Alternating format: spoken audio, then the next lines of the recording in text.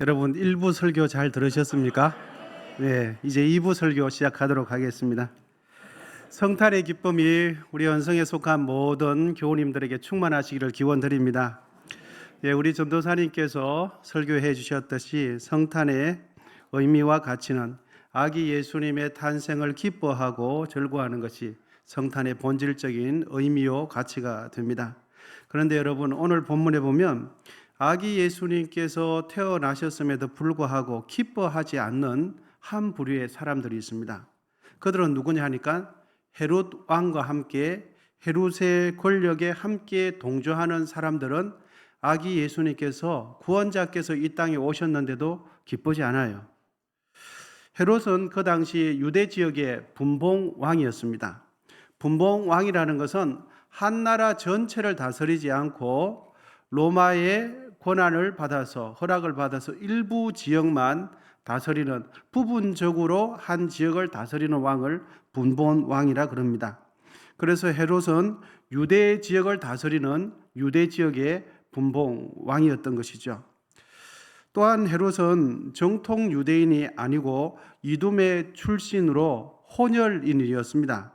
그래서 유대 지역의 분봉왕이 되었지만 정통 유대인들에게 정치적으로나 여러 가지 지지를 받기 위해서는 그들에게 좋은 감정을 받아야 되는데, 유대인들이 매우 중요한 것은 혈통적인 순수성입니다. 그런데 헤롯은 그 조건을 갖추지 못했죠.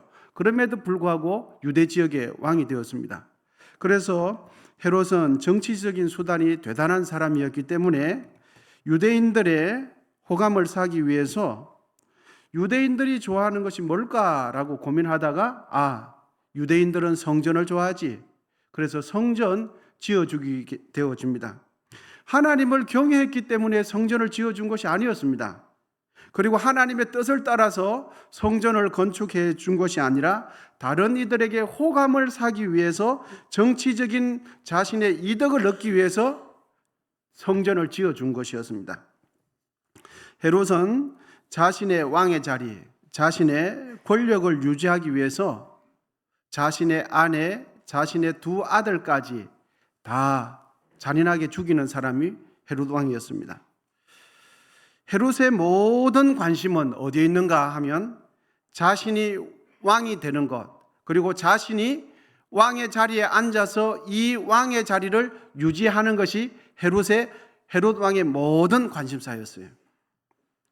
이런 헤롯 왕에게 동방으로부터 유대 지역에 위대한 왕이 태어나신다는 것을 듣게 되었습니다. 여러분, 본문 2절인데요. 우리 같이 한번 큰 소리로 읽어보도록 하시겠습니다. 시작. 유대인의 왕으로 나신 이가 어디 계시냐? 우리가 동방에서 그의 별을 보고 그에게 경배하러 왔노라 하니. 아멘. 이 소식을 들은 헤롯 왕은 여러분 기뻐했겠습니까? 아닙니다. 매우 심히 당황스러워했습니다. 왜냐하면 유대 지역의 왕은 누굽니까? 자신이거든요. 자신이 분봉왕인데 또 다른 왕이 태어나면 자신은 왕에서 밀려날 수밖에 없는 것이지 않습니까?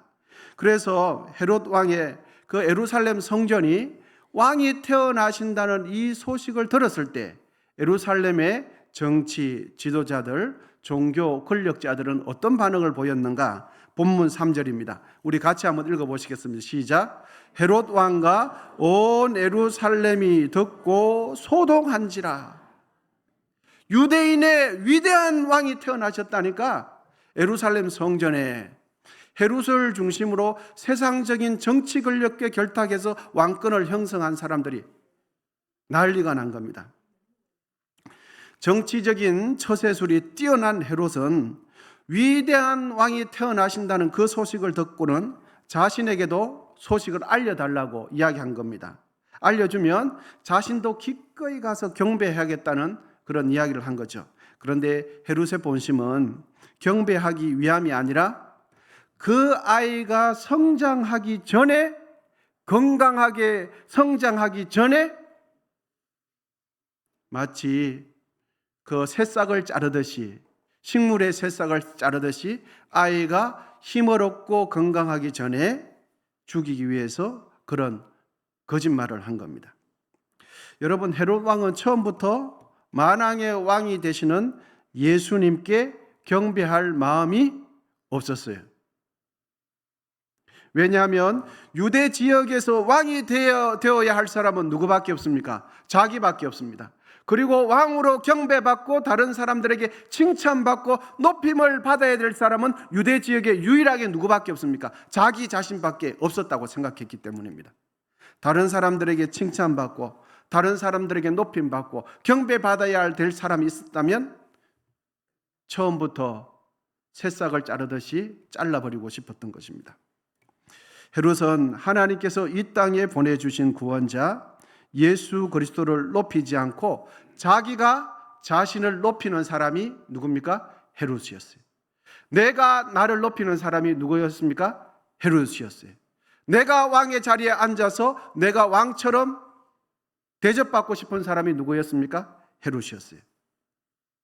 그런데 반면에 오늘 본문에 보면 이 땅에 하나님께서 보내주신 유일한 구원자 아기 예수님의 탄생을 진심으로 기뻐하고 경배하는 사람들이 있습니다. 그 사람들이 누군가 오늘 본문 9절에서 11절인데 우리 천천히 또박또박 한번 같이 읽어보도록 하시겠습니다. 시작.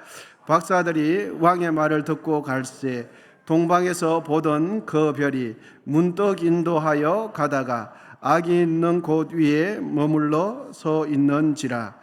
그들이 별을 보고 매우 크게 기뻐하더라. 집에 들어가 아기와 그의 어머니 마리아가 함께 있는 것을 보고 엎드려 아기께 경배하고 보배압을 열어 황금과 유황과 몰약을 예물로 드리니라. 아멘. 여러분들께서 잘 알고 계시는 동방의 박사들은 지금의 이란이나 이라크 지역점에서 그 당시에 별을 관찰하는 사람들, 천문학자들이 우리가 알고 있는 동방 박사들입니다. 당시 천문학자들은 하늘의 별을 보면서 별자리를 보면서 이 세상의 앞날을 예측하기도 하고 위대한 왕이 탄생할 것을 예측하고 믿기도 하였습니다. 이러한 동방 박사들은 하늘에 갑자기 유난히 빛나는 별을 보게 되었어요. 유난히 빛나는 큰 별을 보면서 저 별에 쌓이는 저 별의 징조는 위대한 왕이 태어날 것이라는 것을 예감하고는 그 별의 별자리로 움직임을 보면서 예루살렘까지 따라오게 된 것입니다. 동방 박사들이 별을 보고 따라온 거리를 계산을 해보니까 여러분 얼마쯤 되신 줄 아십니까? 1600km쯤 됩니다. 동방 박사들이 별자리를 보면서 쭉쭉 따라온 거리가 1600km예요. 엄청나게 집중력을 가지고 따라온 것이죠. 여러분, 그러한 거리를 지금의 사회가 아니라 그 당시 상황으로 도로 상황을 예상을 해보면 그 정도 거리는 낙타를 타고 40일 이상을 매일같이 걸어야 돼요. 밤낮 쉬지 않고 40일 이상을 걸어야 됩니다. 뜨거운 태양이 쉴 새 없이 내려지는 그 광야길을 40일 이상 쉬지 않고 걸어야 됩니다. 낙타를 타고. 그리고 도둑죄가 언제 들이닥칠지 경계하면서 그렇게 피곤한 수십 날을 그렇게 와야 되는 겁니다. 여러분, 얼마나 피곤하겠습니까? 그리고 경제적으로 돈이 얼마나 비용이 많이 들겠습니까? 그리고 자신의 사생활 다 내려놓고요. 많은 사람들이 동방 박사들이 예루살렘의 별자리를 보고 예루살렘 성전까지 찾아왔다고 쉽게 생각하는데 여러분, 결코 쉬운 일이 아닙니다. 동방 박사들은 그 험한 길을 뚫고 죽음의 고비를 넘기면서 수많은 자신의 헌신을 쏟아가면서 예루살렘 성에 도착했습니다. 동방 박사들이 그 먼 곳에서까지 예루살렘 성전까지 도착한 이유가 하나가 있습니다. 그 유일한 목적은 무엇입니까, 여러분? 맞습니다. 위대한 왕으로 태어나신 그분께 경배하기 위해서 그만한 수고를 한 것입니다.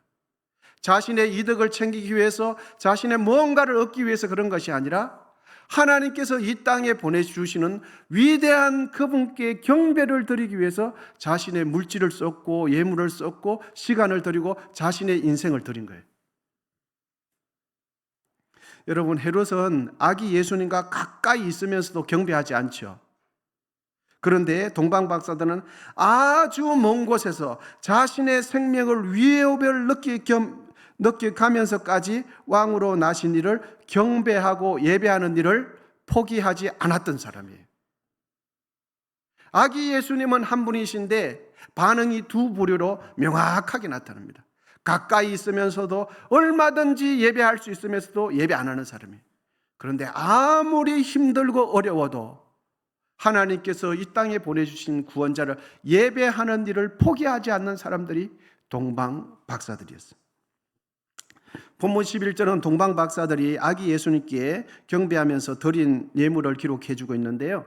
여러분 11절인데 우리 큰 목소리로 우리 어린아이들도 크게 한번 읽어보도록 하겠습니다. 시작.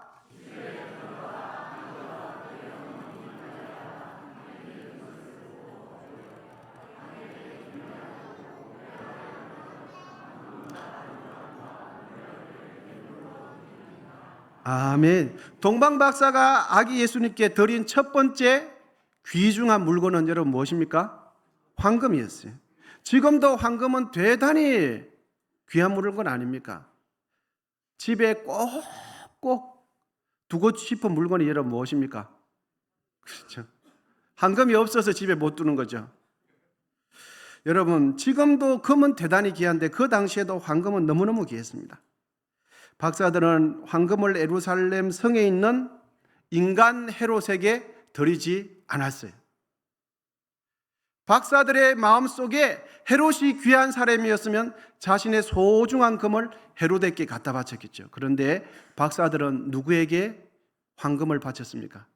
구유에 누추한 곳에 누워있는 구유에 있는 그 아기 예수님께 자신의 소중한 물건을 드렸습니다. 이것은 이 동방 박사들이 구유에 누워있는 아기 예수님을 자신의 참된 왕으로 인정했다는 뜻입니다. 이 동방 박사가 아기 예수님께 드린 두 번째 물건은 여러분 무엇입니까? 두 번째 무엇입니까? 유향이었어요. 유향은 제사장들에게 필요한 물건이었거든요. 제사장들은 하나님과 거룩한 하나님과 죄인된 사람을 연결시켜주고 사이가 갈라진 두 사람을 화목해 하는 사람들이 그 역할을 하는 사람들이 누굽니까? 제사장이었어요. 동방 박사들이 유향을 아기 예수님께 드렸다는 것은 예수님이 거룩한 인간과 죄인된 우리 자신을 다시금 연결시켜주고 화목해 주시는 분이라는 것을 알았다는 거예요. 그 다음에 동방 박사가 아기 예수님께 드린 세 번째 물건은 여러분 무엇입니까? 모략이었어요. 모략은 죽음을 앞둔 사람에게 그 시신에 바를 수 있는 소중한 물건이 모략이었습니다. 아기 예수님께서 모략을 받으셨다는 것은 예수님께서 이 땅에 오신 목적이 다시 한번 무엇인지 명확하게 가르쳐 주는 것이 모략이었어요. 아기 예수님께서 이 땅에 오신 목적은 바로 죄인된 우리의 죄를 대속해 주시기 위하여 이 땅에 오셨다는 뜻입니다. 여러분 로마서 4장 25절인데요. 같이 읽도록 하겠습니다. 시작. 예수는 우리가 범죄한 것 때문에 내어줌이 되고 또한 우리를 의롭다 하시기 위하여 살아나셨느니라. 아멘. 할렐루야. 여러분 예수님께서 왜 죽으셨습니까? 예수님께서 왜 부활하셨습니까? 그 모략에 들어있는 그 예물에 들어있는 것입니다. 여러분 이 세상에는 두 부류의 사람이 있습니다. 한 부류의 사람은 헤롯 왕처럼 자신이 왕이 되어서 자신의 성공과 욕망을 쫓아가는 부류의 사람입니다. 자신의 인생의 목적은 내가 높아지고 나의 인생의 목적은 나의 이름이 세상 가운데 널리 알려지면서 내가 경배받는 삶을 살아가는 사람이 한 부류의 사람입니다. 그런데 여러분 놀랍게도 이 세상의 대부분의 사람들이 바로 헤롯 왕과 같은 삶을 살아갑니다. 대부분의 사람들이 자기가 자기를 높이는 삶을 살아가요. 자기 이름을 온 세상에 알리는 것이 목적인 사람이에요. 대부분 사람들이 헤롯 왕과 같은 삶을 살아갑니다. 그런데 여러분 한 부류의 사람은 어떤 사람이냐? 동방 박사들처럼 이 땅에 하나님께서 보내주신 유일한 구원자를 경배하는 삶을 살아가요. 내가 나를 높이는 삶이 아니라 내가 하나님께서 보내주신 예수님을 믿으며 예수님을 경배하는 삶을 살아가는 거예요. 여러분, 이 세상의 사람들 보십시오. 전부 다 누가 누구를 높입니까? 내가 나를 높여요.